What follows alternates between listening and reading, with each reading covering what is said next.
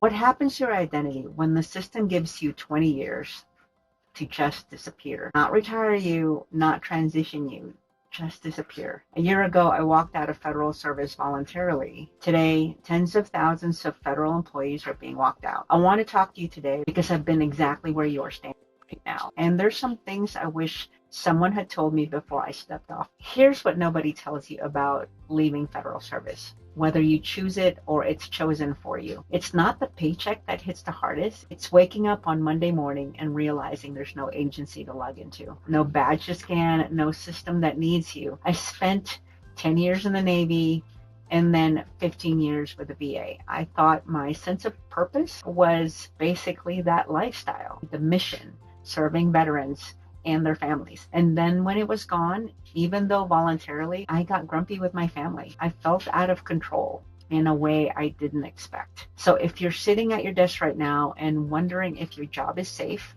and that question is keeping you up at night, I want you to know what you're feeling isn't weakness. It's completely human. And it doesn't have to be the end of your story. Let me tell you exactly what's happening right now, because you deserve to hear it straight. The federal workspace just had its biggest single drop since 1946. We didn't just get back to pre-COVID numbers, we've actually blew past them. We're now at the lowest federal employment level since 2014. And if you're DoD, the Army is using AI tools to match surplus employees to vacant positions, and then giving people literally days to decide whether to move across country, take a buyout, or face involuntary reassignment. The Navy is in the middle of reduction review. Treasury is issuing actual RIF notices for May, and OPM is pushing to change the rules for future RIFs so they're based on recent performance ratings, not seniority.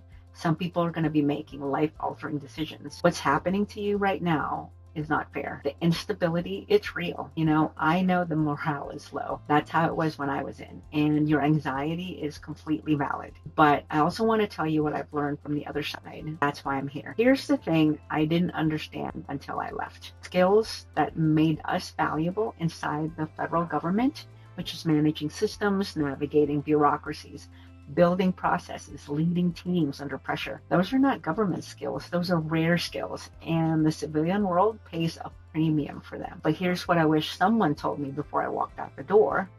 Leaving is not the hard part. The 90 days after leaving is. Your lump sum won't arrive until you exit, and when it does, expect it to be 30% less than what you're counting on, because that's the mandatory tax withholding. And I'm not saying that to scare you. I'm saying it because I want you to be ready in a way that I had to figure out on my own. So make sure that you save your annual leave and your retirement pay. If you're taking early retirement, don't expect full payments right away. So again, you got to stack up your money. I exited in October and I didn't see my first partial payment until December. And I didn't receive my first full retirement until February. And that's about 4 months of waiting. And bills came in. I'm grateful I have my husband. But what most people realize is the financial gap isn't what breaks people. It's not knowing about the gap in advance. And that's what catches people off guard. So let me tell you exactly what to do before you make that decision. Here's some practical steps, concrete, actionable. Whether you're weighing the DRP, a VSIP buyout, or waiting to see if a RIF comes, here is the honest, practical breakdown before you decide anything. Start paying down your largest recurring monthly debts now. Not when you exit, now. Your income is going to be reduced by 70%. And the last thing you want is fixed monthly obligations eating from a smaller check. Every dollar of debt you eliminate before you leave is a dollar of breathing room on the other side. And then save your annual leave. Don't use it. That balance converts to a lump sum payout when you exit. And it's one of the few levers that you actually control. So max it and start building your cash cushion. 6 months minimum if you can.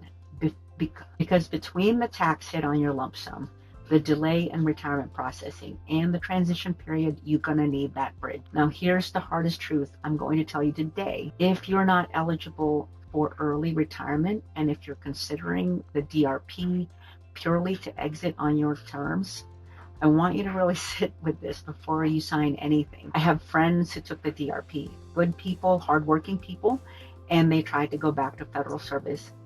any federal job, and it's not happening. The doors they expected that might come open, they didn't. And private job market right now is also struggling. So they're not absorbing the federal employees the way people assumed it would. Unless you have a highly specific skill set, a strong network, and you're building your own business, your options are narrow. So if you're single, if you're the breadwinner, or if you do not have any other source of income, like military retirement, spouse's income, a disability rating, I'd wait. Let the process play out. If a RIF is coming, let it come. Use that time to prepare your exit on your terms, not their timeline. A RIF gives you more protection, more time, and sometimes a downgrade or a reassignment.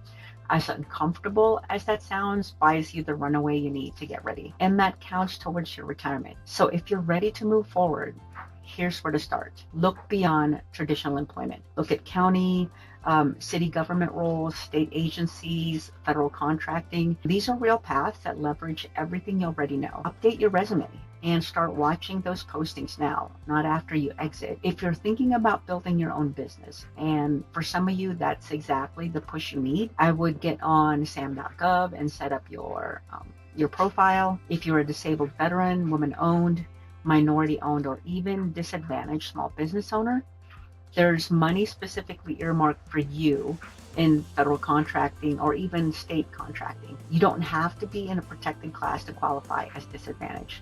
But if you are, don't leave that on the table. And connect with the local Small Business Development Center. It's free, it's funded, and they will walk you through the certification process, how to find and bid for contracts, and then even do your business planning so you're not figuring it out alone. And if you decide not to go through the federal service and become a contractor, they're going to help you and mentor you with whatever business model you decide to go with. Now, the people who land well after this transitions are not the ones who left the fastest. They're the ones who prepared the longest. A year ago, I was terrified, and my husband could feel it. But today, I control my schedule. I'm building something. I have location and time freedom. I have peace, and I genuinely did not have when I was waiting for the next reorganization memo. I learned something during COVID that I had to relearn all over again when I left the VA. My job was never my source. Whether you're leaving by choice or being pushed out, you're not what your agency said you were. You're more than a GS level and a clearance. If you took the DRP last year and you've been on that journey with me, tell me how your year has been. Drop it in the comments. We're actually a community now, and I mean it. And if you're in the middle of this right now, my email is in the description. Reach out. Let me just assist you with what I have learned and then maybe help you prepare. Remember, God is in control. So I'll see you in the next video. Thank you for watching.